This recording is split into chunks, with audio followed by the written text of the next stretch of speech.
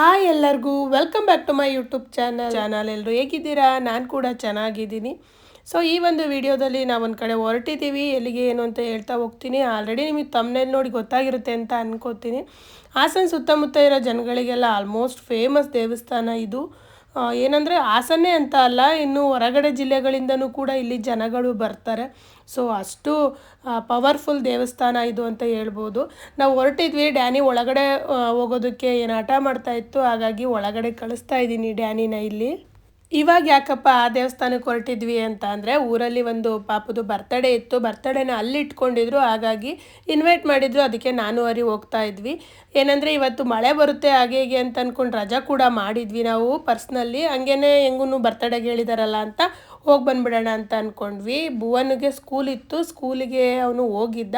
ಇದು ಮಂಗಳವಾರದ ವಿಡಿಯೋ, ಹಾಗಾಗಿ ಇವತ್ತು ಅಪ್ಲೋಡ್ ಮಾಡ್ತಾ ಇದ್ದೀನಿ. ತುಂಬ ಲೇಟ್ ಆಗೋಯ್ತು ವಿಡಿಯೋ ಇದನ್ನು ಅಪ್ಲೋಡ್ ಮಾಡೋದು. ಇತ್ತೀಚೆಗೆ ರೀಲ್ಸ್ ಎಲ್ಲ ಮಾಡ್ಕೊಂಡು ಕೂತ್ಕೋತೀನಿ.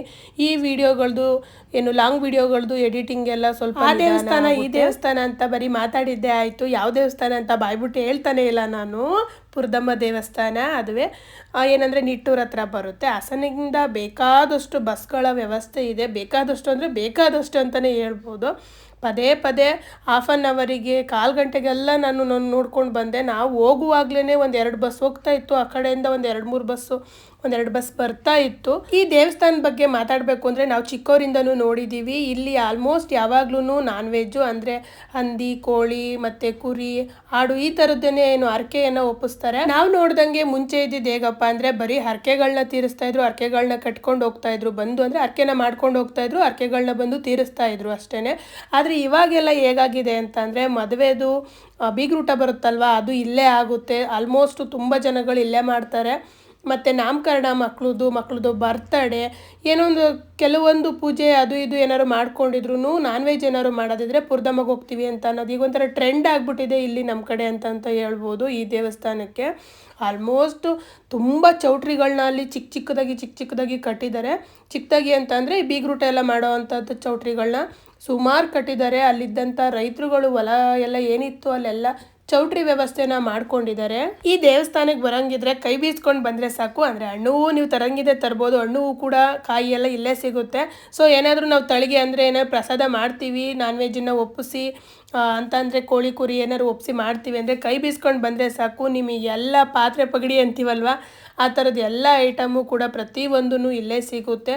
ಸೊ ಇವಾಗ ನೀವು ನೋಡ್ತಿರ್ಬೋದು, ಇದೇ ದೇವಸ್ಥಾನ ಈ ಥರ ಇರಲಿಲ್ಲ ಮುಂಚೆ. ನಾವೆಲ್ಲ ನೋಡುವಾಗ ತುಂಬಾ ಒಂಥರ ವ್ಯವಸ್ಥೆ ಅಷ್ಟು ಚೆನ್ನಾಗಿರಲಿಲ್ಲ. ದೇವಸ್ಥಾನದ ಹತ್ರ ತುಂಬ ಗಲೀಜು ಆ ಥರದ್ದೆಲ್ಲ ಸಖತ್ತಿರ್ತಾಯಿತ್ತು. ಇವಾಗ ಸಿಕ್ಕಾಪಟ್ಟೆ ಚೆನ್ನಾಗಿ ಮೇಂಟೈನ್ ಮಾಡ್ತಿದ್ದಾರೆ ಅಂತ ಹೇಳ್ಬೋದು.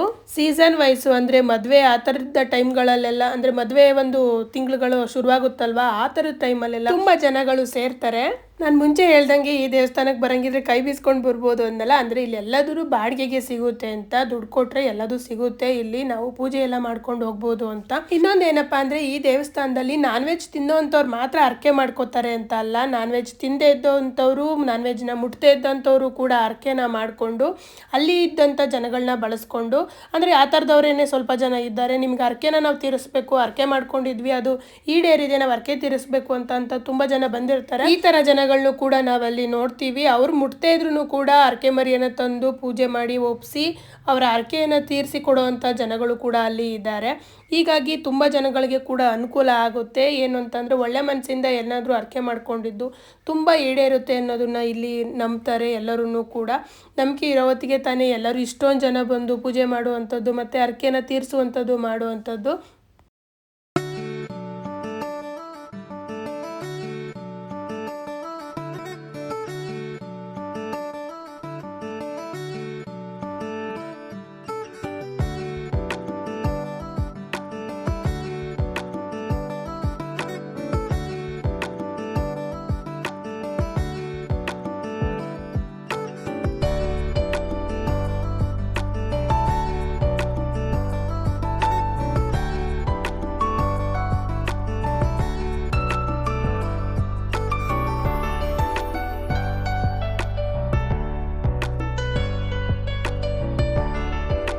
ಫ್ರೆಂಡ್ಸ್, ನಾನು ಮುಂಚೆನೇ ಹೇಳ್ದಾಗೆ ಒಂದು ಬರ್ತಡೇ ಇತ್ತು, ಹಾಗಾಗಿ ಅಲ್ಲಿಗೆ ಹೋಗಿದ್ವಿ, ಆ ದೇವಸ್ಥಾನಕ್ಕೆ ಹೋಗಿದ್ವಿ. ನಾವು ಪೂಜೆ ಮಾಡಿಸೋದಕ್ಕೆ ಅಂತ ಏನು ಹೋಗಿರಲಿಲ್ಲ.